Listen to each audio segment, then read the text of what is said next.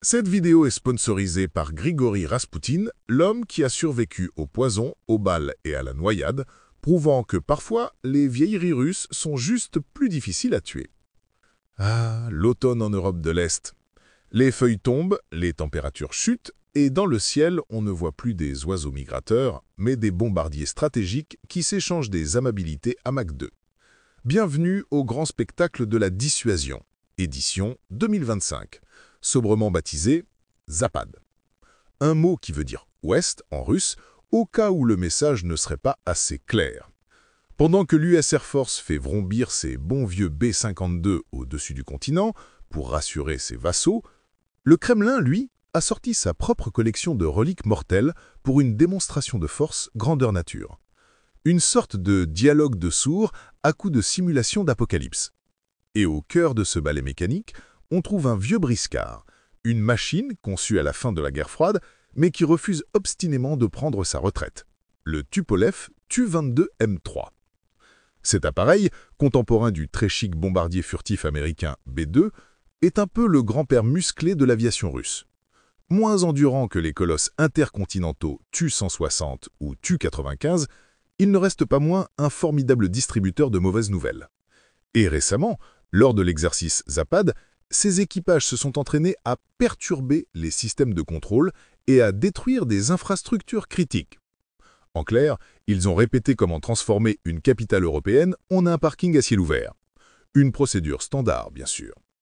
Le plus délicieux dans cette histoire, c'est que ce bombardier transporte une petite merveille de technologie soviétique tardive, le missile de croisière Kh-22. Une bestiole si rapide et si brutale que même le commandement ukrainien, après en avoir reçu quelques 300 exemplaires sans jamais en intercepter un seul, a fini par admettre la mort dans l'âme. Ici, on ne peut pas les abattre. C'est impossible avec ce qu'on a. C'est l'équivalent aéronautique d'un rhinocéros sous amphétamine. Pas subtil, mais diablement efficace. Et pendant que le successeur nouvelle génération, le fameux PAK-DA, prend son temps pour sortir des cartons, il est fort probable que Moscou continue de polir ses vieilles pétoires et de les sortir du garage pour les grandes occasions. Mais le théâtre des opérations ne se limite pas aux plaines biélorusses, non, non. Déplaçons-nous plus au nord, beaucoup plus au nord, dans le grand vide blanc de l'Arctique, sur l'archipel François-Joseph, là où même les ours polaires trouvent que ça caille un peu. Là-bas, d'autres acteurs sont entrés en scène, les lanceurs de missiles côtiers Bastion. Le concept est d'une simplicité biblique. Face aux flottes gigantesques de l'OTAN, la marine russe, qui a connu des jours meilleurs depuis la chute de l'URSS, joue la carte de la symétrie. Pourquoi construire des porte-avions hors de prix quand on peut défendre 600 km de côte avec quelques camions bien planqués? Ces camions tirent des missiles P-800, des engins filant à Mach 2.5 capables de frapper une cible à 800 km. Le but, créer ce que les stratèges appellent une zone d'accès et de manœuvre restreinte.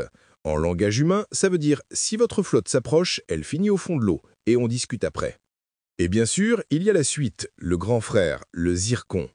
Un missile hypersonique qui file à Mach 9 avec une portée de 1000 km. Pour l'instant, il est sur les navires, mais la version terrestre est en cours de développement. Le Zircon, c'est la promesse que le temps que votre radar le détecte, votre porte-avions est déjà en train d'auditionner pour un rôle de récif artificiel. Enfin, revenons sur le plancher des vaches, en Biélorussie. Le dernier rempart de Moscou en Europe. Un pays qui voit l'OTAN installer son mobilier de jardin de plus en plus près de sa clôture. Récemment, l'Allemagne a inauguré une brigade blindée en Lituanie à 150 km de Minsk. La réponse russo-biélorusse, une répétition générale de défense aérienne conjointe. Les fameux systèmes S-400, le cauchemar des pilotes de l'Alliance, ont simulé la destruction d'une vague d'attaques.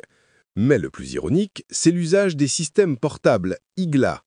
Ce simple tube qu'un soldat met sur son épaule, une antiquité comparée au S-400, a servi à abattre plus de 40 drones simulés.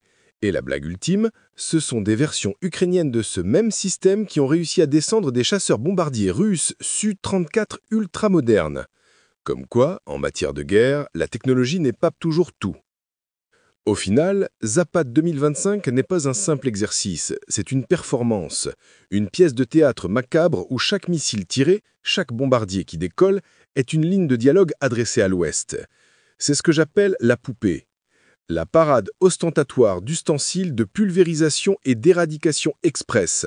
Un message envoyé non pas par des diplomates, mais par des bangs supersoniques et des signatures radar.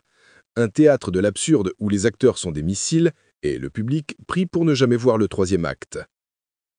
Si cette dissection de la grande boucherie à venir vous a plu, songez à financer nos autopsies géopolitiques sur Patreon. Vous y trouverez les notes complètes, les sources pour vérifier que j'en invente pas de tout, et vous pourrez voter pour les prochaines victimes à passer sur notre table d'analyse.